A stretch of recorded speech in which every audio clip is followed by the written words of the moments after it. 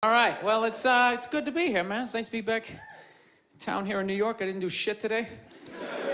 I didn't. I'm a loser, man. Just sat around watching TV and all that type of stuff, and I'm gonna tell you something, man. You know what? I'm sick of pedophiles. I am. Sex offenders.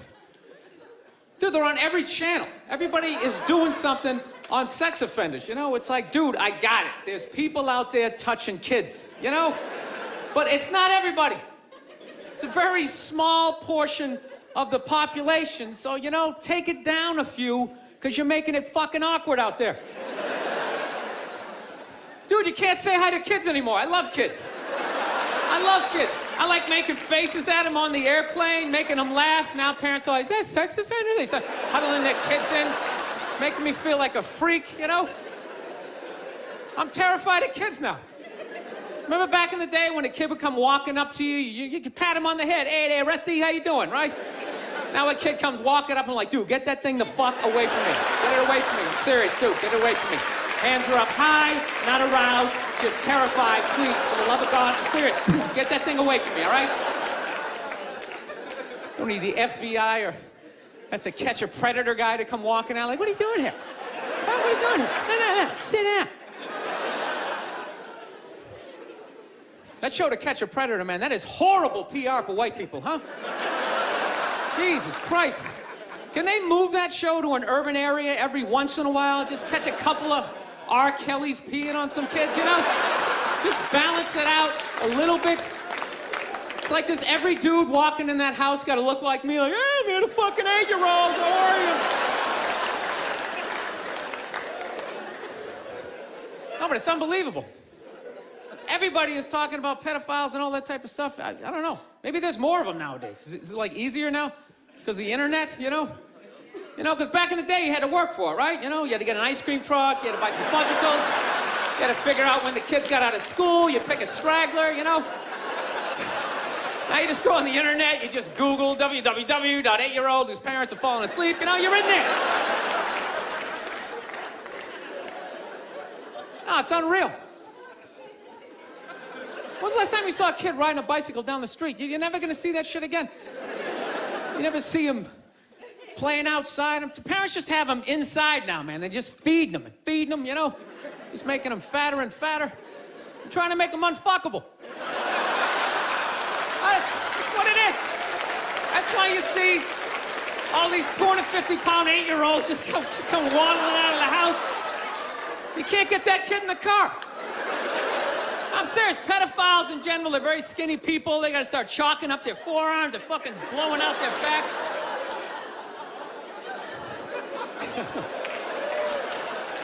It's just a theory, people, seriously.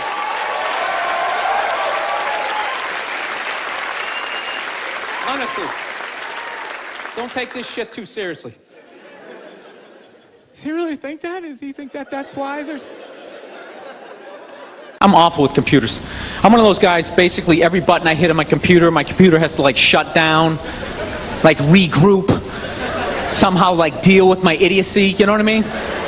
Then there's always like some 8-year-old I see later on a laptop like, he's like breaking into the Pentagon, downloading movies that haven't even been made yet. I just got a plane ticket for $6. He just want to like slam his head in the thing. I'll tell you the only thing I like about my computer is I really enjoy spell check. No, I love it. You know what I love about spell check? You don't have to be close to getting the word right. Have you ever noticed that? All you gotta do is just get it like somewhere like within the ballpark of the word. It's almost like your computer can just start guessing like, I don't know, dinosaur? You know, when you're sitting there like an idiot, like, nah, I wasn't trying to spell dinosaur. So then what does your computer do? It starts throwing out like every D word it can possibly think of, like, okay, how about dictionary? Diary, any of this stuff looking familiar? Are we moving towards the goal or away from it? You ever spell a word so bad though your spell check has absolutely no clue what the hell you're trying to spell? What do you end up getting? You end up getting like a question mark.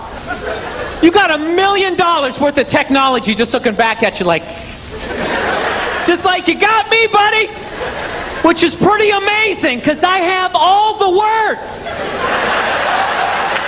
Yeah, and that doesn't look like any of them. I can't even make a guess that's so screwed up.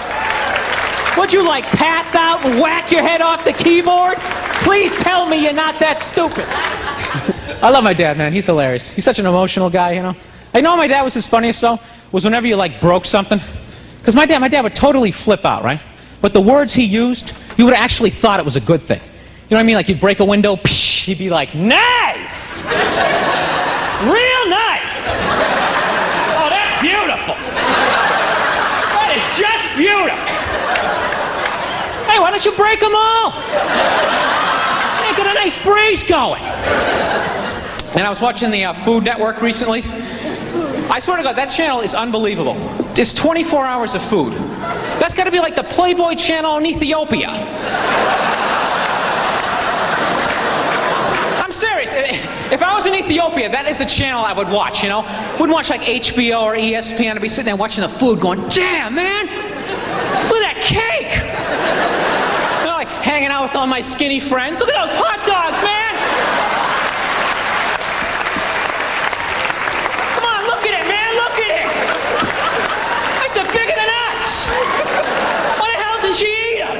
Cubicle should be illegal, man. You know what a cubicle basically says? It basically says, like, you know what? We don't think you're smart enough for an office, but we don't want you to look at anybody. So you're going to get in there, and you're going to shut your face. And you just get in there, and you're, like, hunched over, typing away. Around lunchtime, you pop your head up like a gopher, like, hey, Steve, you want to get a sandwich or something? I said, get in there and shut your face. I was just asking for a sandwich or something. God, I hate that guy. I really hate that guy. It's time to go on the internet and look for a weapon. No, they're awful. Every time I see cubicles, I just want to just run through them and just knock them down, set everybody free. It's awful. It's like the same feeling you get when you're like in the pet store and you see all the rabbits and stuff. You just want to let them out. Pathetic, man. You know what I love about the cubicle? I always love the pathetic attempt to try to make the cubicle like a home. You know what I mean? There's always like a stuffed animal in there, or like a picture of your mom with like her disappointed eyes looking back out at you like, why have you accepted this as your lot in life? Why don't you have the balls to get up and walk out of this thing? I'm telling you, those people need to be rescued. You ever walk by a cubicle? The person in the cubicle always looks back out at you. Because they're starved for some sort of human contact. They'll just start up a conversation like, hey, is it raining out? I haven't seen the sky in like 6 days. They don't let us look out the windows. I'll tell you one thing I have realized though. When you go to war, man, that's the one time when you really have to like appreciate rednecks though. No, you know why? Because rednecks, they're like the one group of people that actually want to go to war. Everybody else tries to get out of it. Like rich people never go to war. You ask a college kid if he wants to go to war, he's just like, I'm taking this sociology class and I think war is like really stupid. My roommate's like half Afghanis, that's going to cause some static. You ask a redneck if he wants to go to war, he's just like, hell yeah! Absolutely, I'm ready right now. You just point the direction, buddy. I'm ready to do this. No, they're frightening people, but you got to utilize them. Seriously, you want to scare the enemy, okay? And rednecks are like America's pit bulls. They should just sedate those people, drop them off in Afghanistan, just let them run wild. Just be like, dude, just go do everything you ever dreamed of doing. Just go crazy. Have one of your friends play the banjo, it'll scare the hell out of them.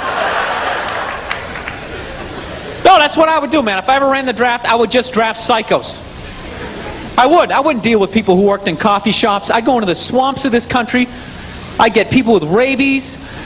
I'd get perverts, people like to grind up against other people on the subway. Just get like the cancer of this society and just send it over there. Homeless people like to talk to buildings. Just send it over there. Just irritate them. Bunch of freaks running around. Seriously, you wouldn't want to draft a guy like me. I'm a comedian. I'm useless. I'm a coward. I don't like confrontations. You draft a redneck. Not only is that dude a psycho, he'll actually save you money. Those guys show up to the army like, here's your M16. They're like, I already got one. I got some stuff in the trunk you ain't ever seen before, buddy. I went on the internet, got me some of that surface to air stuff, took it out hunting, got me a moose and a duck at the same time.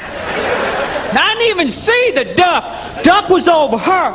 I'm aiming at the moose. Duck's over her. That's my peripheral. Over her. And the shot went up the moose's ass, and the shrapnel from his antler hit the duck. Duck came down. It was the best damn duck I ever ate.